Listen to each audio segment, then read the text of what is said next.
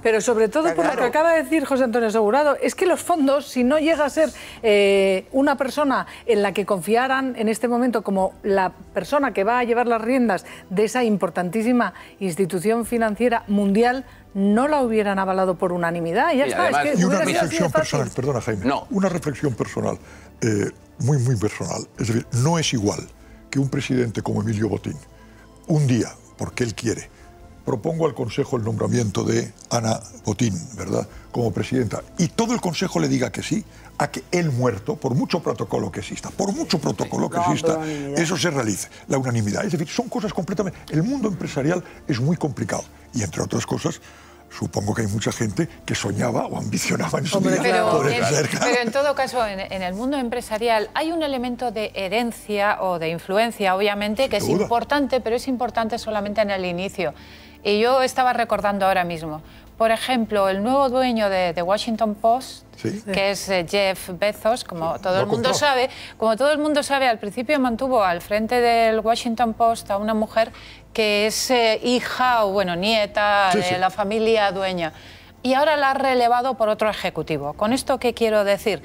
Quiero decir que al frente de cualquier empresa, y en el Santander ocurre lo mismo, y donde ha estado Ana Botín hasta ahora, uno puede llegar al cargo en un primer momento porque el apellido puede ayudar, pero ese primer momento dura unos meses. Y en el caso de Ana Botín, evidentemente lleva varios años, en que ha estado en varios cargos en los que se ha mantenido y sobrevivido por su propia gestión.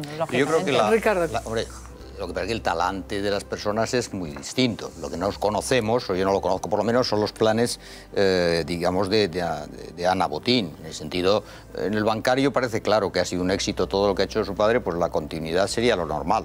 Ahora, el papel que ha desempeñado Emilio Botín en la política, en la sociedad española, en el impacto ahora con las marcas renombradas, todo esto, pues no sabemos el perfil que va a coger porque Ana Botín, porque claro, la relevancia de su padre también viene determinada por situaciones en España que tú has contado durante la transición, después con los gobiernos de González.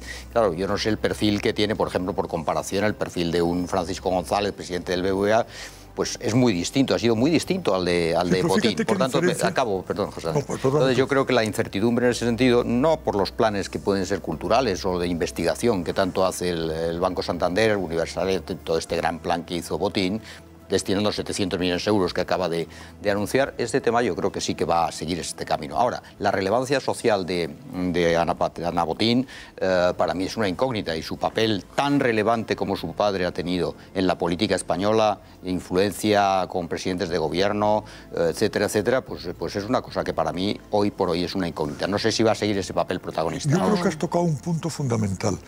Si yo tuviera que resumir como espectador exclusivamente desde que se hizo la democracia en España, yo te diría que Emilio Botín como número 2, su padre como número 1 al principio y luego como número 1, ha tenido una constante en su vida. Hay que entenderse siempre con el presidente de gobierno. Yo personalmente te puedo decir que fui muy criticado por entenderme muy bien con Joaquín Leguina, que era el presidente de la Comunidad Autónoma de Madrid.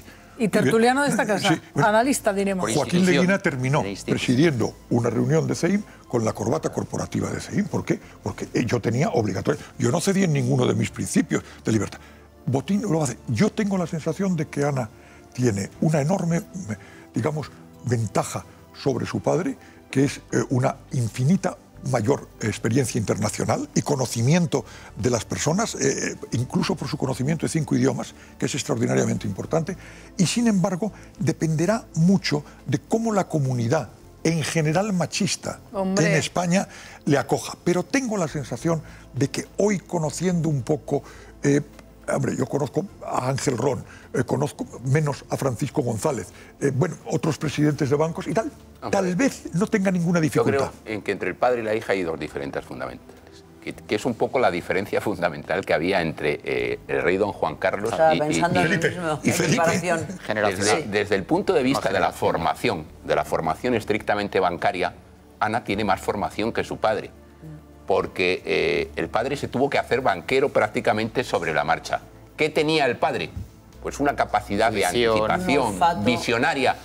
Yo creo que el resumen que se puede hacer de Emilio Botín, el que acaba de fallecer, es que cerraba los ojos y era capaz de imaginar cómo iba a ser la banca de España 20 años después. Y eso lo hacían muy pocos. Eso es posible, yo no lo sé, que no lo tenga la hija, pero la hija tiene otras cosas que puede aportar y sobre todo cuando pensamos en un banco como el Santander, los cimientos, la solidez de ese banco no está fundamentada solamente y pivotando sobre una persona. Brasil, es que hay un equipo fantástico de gente alrededor que será capaz también de asesorar a Ana Botín. Por tanto, mucha tranquilidad y mucha serenidad, porque también estoy oyendo a algunos que están muy preocupados porque ayer bajó la bolsa e interpretan que la bolsa ha bajado porque después de que se haya muerto el padre va a haber un vacío en el banco. Por favor, que estamos hablando de una entidad ¿qué es lo que ha pasado esta mañana? Ayer ya se empezó a recuperar, yo no sé ahora mismo cómo estaba, pero ya había empezado, o sea, ese bajón que llegó al 2%, luego ya empezó a subir y ahora mismo no sé, la verdad es que no he mirado esta mañana, no ha sido ni noticia, o sea que no creo que haya bajado.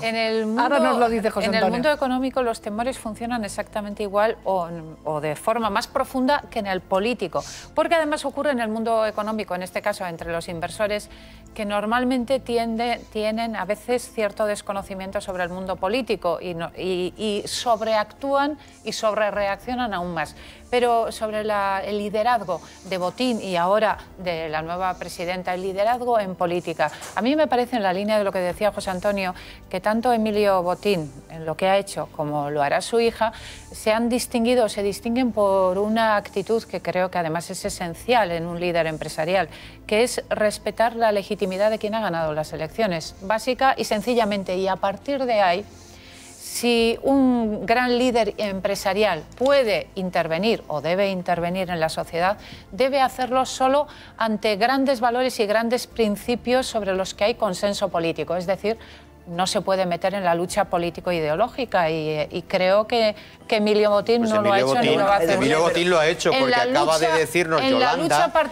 decirnos Yolanda que Emilio Botín era partidario de un acuerdo PSOE-PP. Bueno, ¿a eso lo llamas meterse en la lucha partidista? No, Ricardo, yo a eso lo llamo estar por encima de la guerra partidista. Yo creo que es política y espero que Ana Botín, que es una nueva generación, pues piense, Ricardo, por ejemplo, por qué Podemos tiene tanto protagonismo por supuesto, y además voy a despedir, tiene que ver. Le doy la palabra a José Antonio, perdóname que se tiene que ir. Bueno, qué pena porque iba a polemizar yo. Pues ahora vamos a la polémica. José Antonio. Simplemente decir que me da la impresión de que cuando...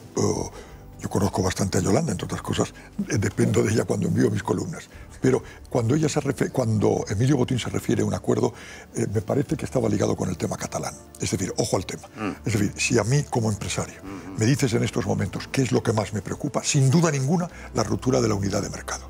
Es decir, si hay un voto favorable en Cataluña, concretamente, a la secesión, hablemos claro y eso, y a la independencia, se producen unas consecuencias económicas terroríficas, en mi opinión, para Cataluña y muy malas para España, ¿eh? Es decir, el resto de España, perdón, que no quiero al mismo nivel, el resto de España.